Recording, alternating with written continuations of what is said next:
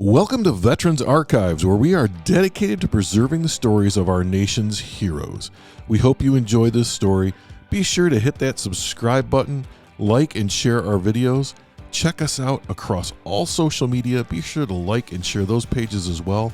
And for more information, go to www.veteransarchives.org.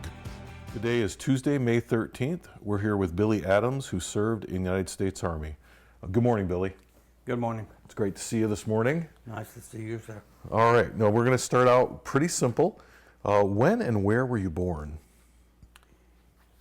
I was born in Drumright, Oklahoma, August 23rd, 1948. Okay. And I think we talked earlier before we started recording that you didn't actually grow up in Oklahoma, though, did you? No, Okay. because my father was in the oil field business too. Uh-huh. I was in there a long time myself, but he got transferred for interstate oil and pipeline to Louisiana. All right. And were you pretty young when you moved to Louisiana then? Yeah, Okay. Well, did you have brothers and sisters?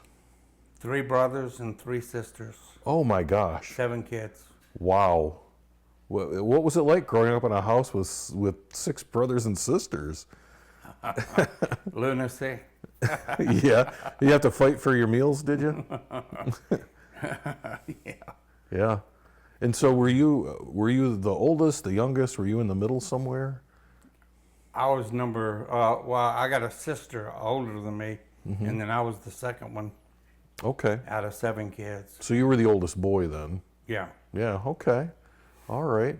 Now, did you grow up in a city or were you out in the country? Do you recall? Pretty much, we were outside of, are you familiar with Faraday, Louisiana? Yes, I've heard of it. Okay. We lived outside of Faraday, not actually on Lake Concordia, but it was across the levee from us. Okay. You know, we had a lake there and everything. It was pretty neat. Yeah. Now, did you, growing up, were you and your brothers and sisters, did you do a lot of things together? Were you friends or did you do stuff with other people or?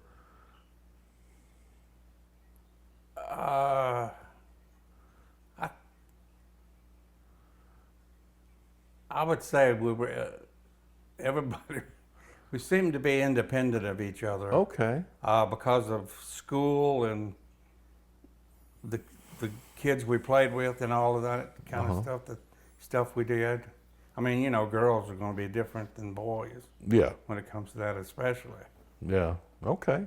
But I was into athletics, and my brothers, well, one of them was in athletics. I had 3 brothers, and so I was different in that I was always, playing baseball. Okay. So baseball was your sport? Yeah. Okay. And did you play that all through school? Yeah. Okay. And how was school for you? Did you enjoy school? Or was school a way for you to play baseball? It was mostly after school type stuff. Okay. The baseball, but yeah, I wasn't too smart in school. Mm-hmm. You know, I had to ask Mr. Quimby to give me a D so I could graduate. Oh, okay. With my class. You're right. Was he rather than stay another year. Was he obliging then? Yeah. Yeah. Yeah. What do you remember about your parents? Anything that you recall about your mom and dad that kind of sticks out in your mind? Well, my mother used to watch soap operas with the next door neighbor. Uh-huh. Let's see. My father worked for Ashland Oil, and I eventually worked for Ashland Oil and worked with him for many years. Oh, okay. I would go to work with him and help him. Oh, well, that's And kind all of, the oil fields around there. mm-hmm. You know, there's a lot of oil fields. I'm not sure what it's like now, though. Yeah. And that's interesting because I think when I think about Louisiana, I don't necessarily think about oil fields. You know, I think about like Texas or someplace like that, but I guess Oklahoma, Louisiana, all that whole area, right? Mm-hmm. Okay. Now you eventually graduated from high school. You got that D that you needed, and you graduated. Did you were you drafted into the service right after that, or was there? What do you remember how that happened? Yeah, the draft lady called and said I was going to be drafted, but I could. I at the time I was working for Houston Gamma Ray Company. Mm-hmm. Do you know what they do? They No, what do they do? X-ray pipeline welds all over the United States Okay. in different places. All right. You know. And for people who don't know, the pipelines that are made of steel, when those are welded, they X-ray those welds and then they keep records of it, right? So in case Yes. something happens. Yes. Okay, and so that's what you did for them? Yes. Okay. But anyway, let's see. I used to, for many years, I X-rayed wells, and where were we before that? Okay. Yeah. No problem. So we were talking about you. The lady from the draft board called Oh yes, and said that you were Yes. going to get drafted. yes, and she said, "But Billy, since you work in pipeline X-ray and you work out of Houston, Texas, you can switch your draft thing to Texas, Houston, Texas, and you probably won't be drafted. Oh.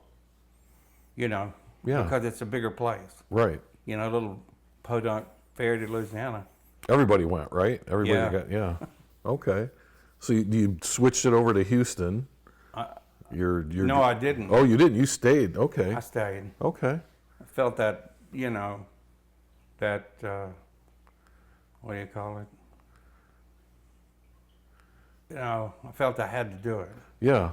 Yeah. you know, Yeah. Kind of that commitment that even though I could have got out of it. Right. Okay.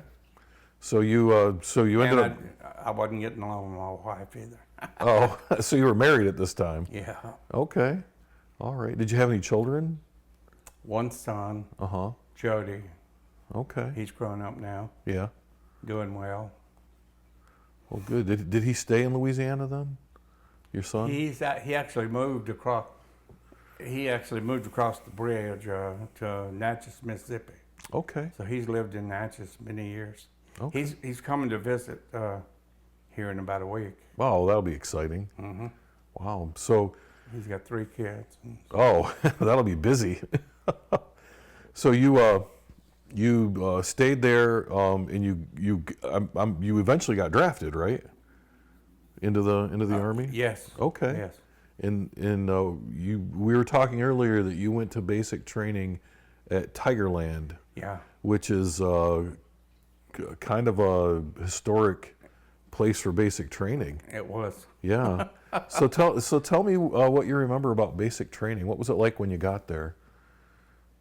You know, you learn how the marksmanship to shoot and all the stuff you do, low crawl, just physical exercise. It was just a whole devy of stuff, you know. Right. Running every day. You know, you didn't rest much. No. And so, do you think that working in the oil fields helped you when you got to basic training, or was it kind of a surprise when you got there that?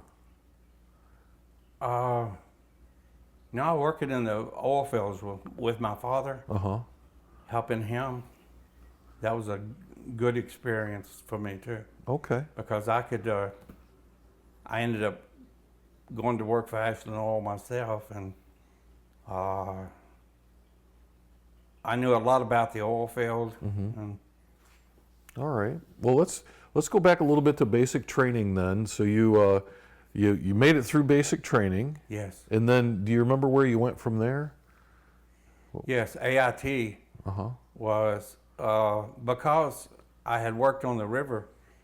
I don't know if I told you this. I worked on the river a year on a tugboat Okay. for Ashland Oil, hauling oil from New Orleans all the way to Ashland, Kentucky. Okay.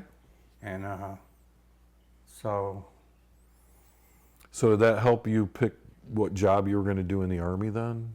yeah, whenever I got to Fort Eustis, when I got drafted, and I went to Fort Eustis because of my work on the boat, Yeah. they ended up putting me in seaman training. Okay. All right. And then you did that for a period of time? Yes, learning how to drive the Mike boats and U-boats, and those are the boats that carry equipment. You've seen them in World War II and all that, Yeah. where the front of the boat lets down and the troops charge ashore to fight. Yeah. We were doing that. I learned how to drive those, but we weren't in combat with them. We hauled equipment in Vietnam mostly. Okay. All right. You know, because but yeah, they used them in war in World War I and II, I think. Mm-hmm. But you were using them to make sure people got what they needed. Yeah. Okay. So when you finished up with AIT, then is that when you went to Vietnam? Yes. Okay. Yeah. Whenever I got my orders. Well, I volunteered for Vietnam, Okay. and so I flew out. I flew to Alaska, Oh. and to the airport. I went to the airport, and a transport plane landed there and just picked me up Oh. by myself. So, well, you must have been pretty important. You got your own plane. I felt important. I'll bet. But so we flew there to Japan, and from there to Vietnam. Okay. What was it? Do you recall what it was like when you first got there to Vietnam? Do you remember what that was like for you? Yeah, because a helicopter took me to a place out in the middle of course, Vietnam. No, you know. Yeah. And she'd never been there before. And we stopped at this restaurant. It was a restaurant, and it was closed. And they dropped me off and said a truck would come and pick me up there. And so here I was in the middle of Vietnam, waiting on a truck to come pick me up at night. And it was, it didn't bother me. I wasn't as afraid as I thought I would be, even though you could see the bombs going off in the background and everything. Yeah, you must have felt kind of alone, though. I mean, yeah, alone, yes. yeah. So I'm assuming the truck finally came there and picked you up. Yeah. Okay. Yeah. And took me to a unit, 784th Transportation Company, outside of Saigon. We were about 20 or 30 miles from Saigon. But anyway, let's see, and so there, let's see, Oh, I got to tell you this story. Okay. When the first night I got there, and they dropped me off at the unit, there was a latrine, and so I needed to use the bathroom real bad. So I go in there, you know,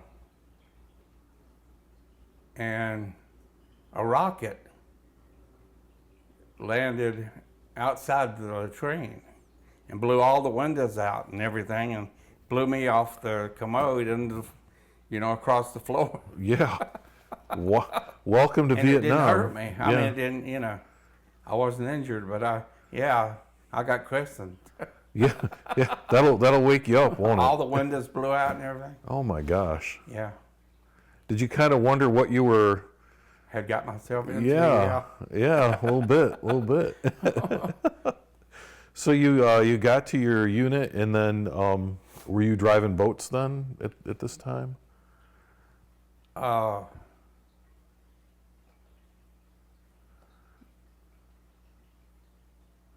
No, I done those mostly in AIT and basic training. Oh, okay. So then when boat training. when you got to Vietnam, what did you do there?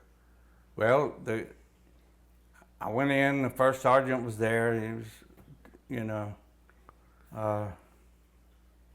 he looked over my thing. He said, "Oh, you can type 45 words a minute?" And I said, "Yes, sir."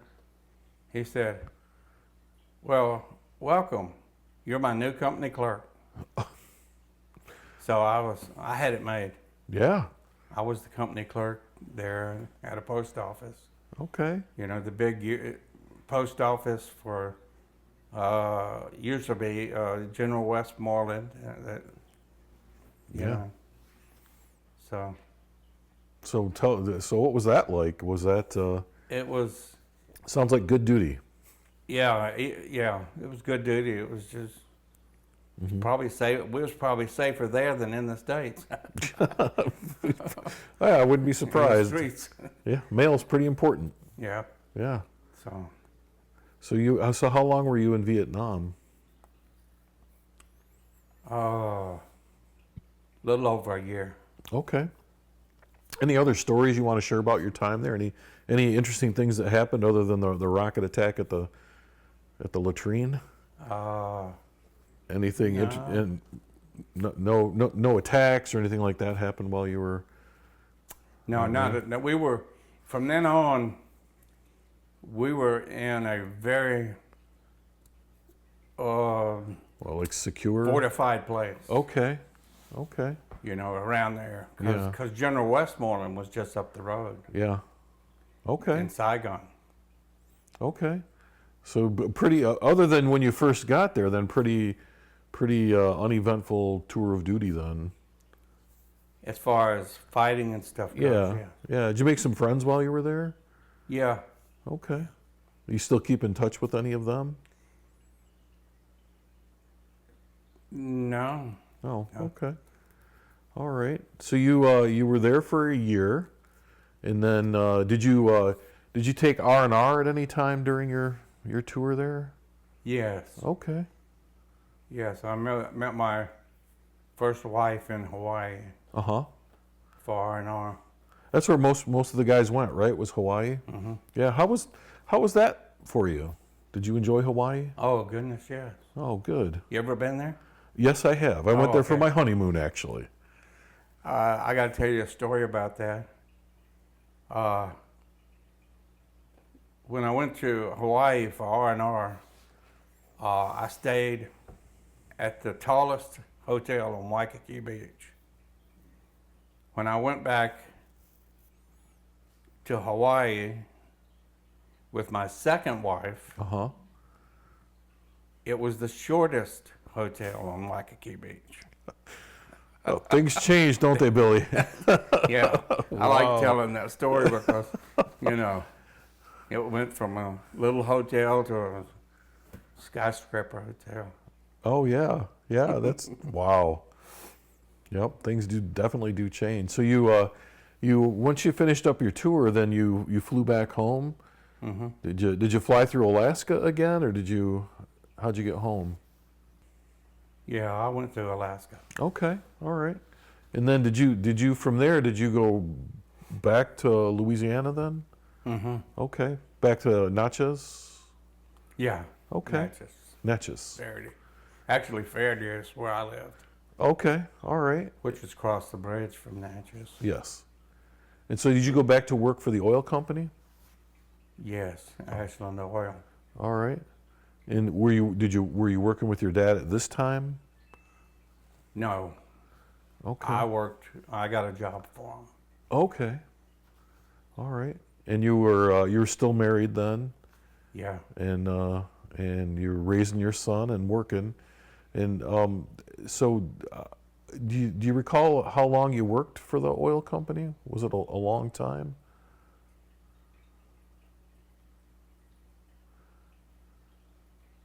Probably a couple of years. Okay. And then you said that you went to work for the Forest Service, right? Yeah, I moved to Baton Rouge and was living down there for quite a while, and I'd always heard about Florida. Uh-huh. So, I decided to move down here. So that's what I did, and I've been here ever since. Okay. Now, were you still married when you moved to Florida, or were you No, divorced? I wasn't. Okay, No. so you were a single guy at this time. You moved to Florida, and then, so is this where you went to work for the Forest Service then, or what did you do when you got here? Yes. Okay. Yeah, the Division of Forestry. All right. And what did you do for them? I was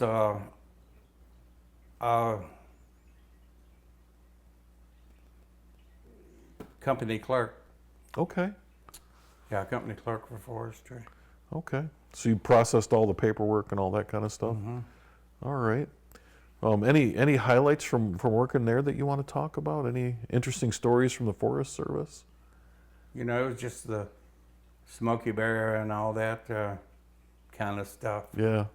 Doing programs, checking for wildfires, Mm-hmm. like they're doing now, fighting wildfires.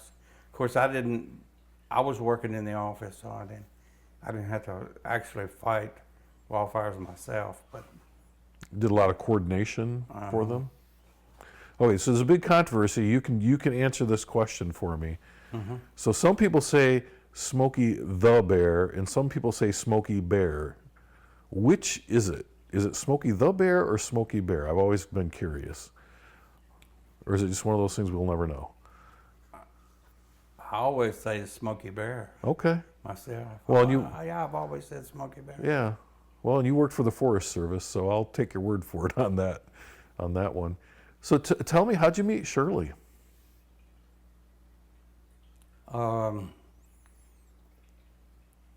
I was working for forestry, and I had a house. They gave me a house in South Orlando, Mm-hmm.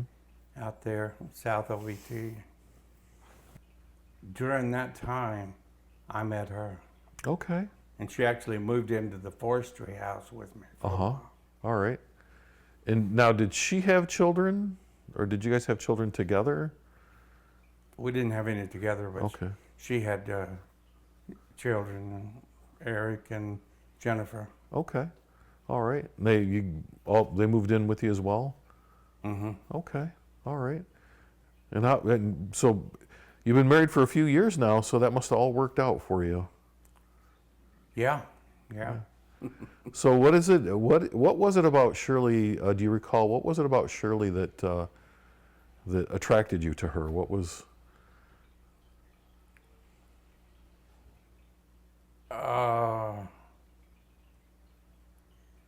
She's an incredible. She's very smart, for one thing. Uh-huh. She's college grad and everything, but and she's just a good person. Yeah. Very good person. Yeah. They don't make women like that much. Don't tell her I said that. Okay. She's behind you. All right. That'll be between us. We were saying she's a really good person and really smart, and so you decided to get married. Now, do you recall, how long have you been married? Do you recall? Over 30 years. Okay. All right. And so you got married, you raised a family, and you retired, and you're enjoying your retirement now. And we talked earlier too that you used to do a lot of running. Yeah. Yeah. When I lived in Baton Rouge before I came to Florida, I used to run road races, Okay. the 10Ks and 5Ks, and I ran a marathon or two. And, you know, in hindsight, I wouldn't have run as much because I ended up 2 knee replacements. Yeah. That's hard on your body, isn't it? Yeah. Or it can be. Yeah. Yeah. I actually run my marathon was across the 26-mile bridge in New Orleans. Oh.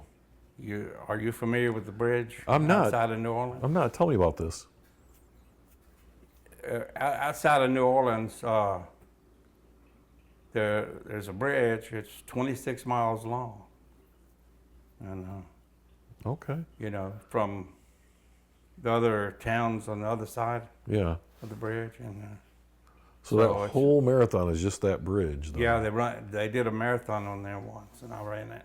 Wow. How do you know, I'll never forget this. Oh, if you don't mind me, I'll never forget this old black gentleman. I said, I was jogging along by him, and I said, man, this 26 miles, I didn't realize that's a long way. It is. And I said, and they had a bus on the bridge, the outside of New Orleans, that would come along, and you know, if you could get on the bus. Right. You could quit if you wanted. You could quit if you wanted. And I said, yeah, next time the bus comes by, I'm getting on it. He said, no, you're not. You're going to finish. So I said, okay. So he encouraged you to finish that race, huh? Yeah. Yeah. Did you guys finish it together? Yeah. Oh, okay. Yeah. Wow. That's a great story. He was a big guy, too. Yeah? Yeah. You weren't going to tell him no, huh? No. But he was really nice. Yeah. Really nice. Yeah. Well, that's fantastic. Did you do anything after retirement? Did you do any work or anything like that afterwards? You just enjoyed retirement? Mostly just retirement. Yeah. Just enjoying the grandkids and all of that? Yeah. Well, very good. Well, I've asked a lot of questions today, and I'm just going to ask you one more question. And well, first, actually, is there anything that we haven't talked about that you want to talk about that you want to Did I tell you the story about the rocket landing outside the latrine? Yes, Oh, yes, we did talk about that. Okay. We definitely have to get that That's one story of now. That's one of my best stories. That's a great story. Lucky that you're here, by the way. Yeah. After that Reading story. Stars and Stripes and got blown off the commode. Oh no! You should have kept that paper. That was your lucky newspaper. Yeah. That's what that was. I probably did keep it and then lost it or something somewhere along the, in Vietnam. Oh yeah, we do that. So the only other question I have is that, people are going to listen to this, years down the road, and I'm just wondering, is there like a message that you would like to leave for people? Something that you would like to tell people that are listening to this?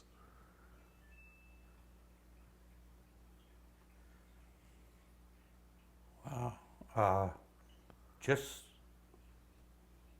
if I had to say something like that, I'd say just be calm, go with the flow, you know. Mm-hmm. It's and accept what the good old United States will offer you. Yeah, I guess. Okay. All right. Well, thanks for taking time out today to talk with me. I really appreciate it. And thanks for talking with me. Thank you for watching Veterans Archives. We hope you enjoyed this veteran story. Please be sure to hit that subscribe button, like and share our videos, as well as checking us out on social media. We're on Facebook and TikTok, LinkedIn, X, and Instagram. Be sure to check out those pages, share, and like. And for more information about what we do, go to www.veteransarchives.org.